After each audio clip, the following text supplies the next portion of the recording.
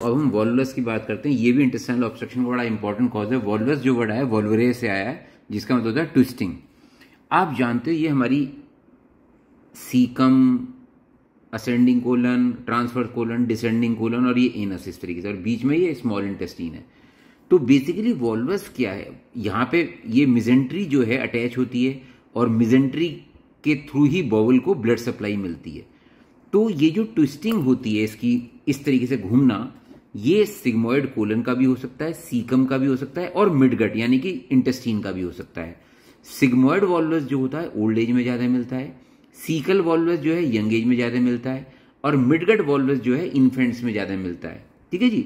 अब इसमें हुआ क्या, जब इसकी ट्विस्टिंग हुई, आप ये समझो जब ये कोलन यूं घूम गई तो भैया बिल्कुल बंद हो गया रास्ता, तो कंप्लीट ऑब्स्ट्रक्शन होएगा, फीसिस पास नहीं होने के पेशेंट के सीवियर एब्डोमिनल पेन होगा। और अगर ट्विस्टिंग ज्यादा हो जाएगी पूरी की पूरी तो मिजेंट्री का भी ब्लड सप्लाई रुक जाएगी, मिजेंट्री भी बिल्कुल हो जाएगी, तो कैपिलरी परफ्यूजन भी रुक जाएगा। तो अगर टॉर्शन 180 डिग्री का हुआ है तो वेस्कुलर अप्लूजन बच जाएगा, लेकिन अगर 360 डिग्री का हो गया, पूरे का पूरा ही घूम गया, तो फिर तो मिजेंट्रिक भी हो जाएगा और इस्चीमिया बिल्कुल तेजी से हो जाएगा।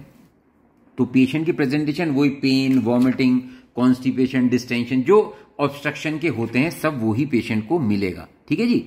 तो ये इसकी इंपॉर्टेंट बात है। अब जो सिग्मोइड वॉल्वुलस होता है ये most common type of volvulus होता है एडल्ट्स में। ठीक है जी। अब इसका जो जैसे आप ये समझ लो ये ट्विस्ट कर गई है सिग्मोइड कोलन, तो अगर हम एक्सरे में देखते हैं तो ये ऐसे दिखती है जैसे कॉफी बीन साइन। आप ये देखो जैसे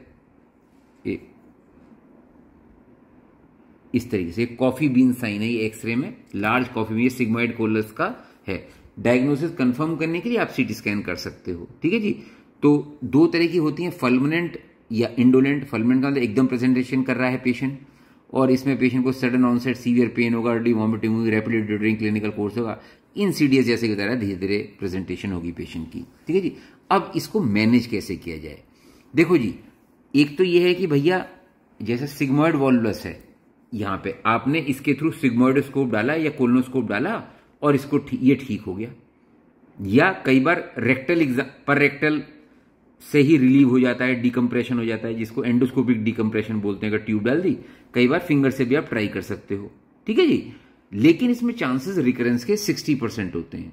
तो अगर पेशेंट को वॉल्वुलस है तो बेस्ट ट्रीटमेंट ये, अगर वो ट्विस्ट करेगा तो भैया ओपन करके इसको कट करके निकाल दिया जाए इसको। तो ये इसका है। बाद में बाकी जो इसका क्लियर कट और करेंगे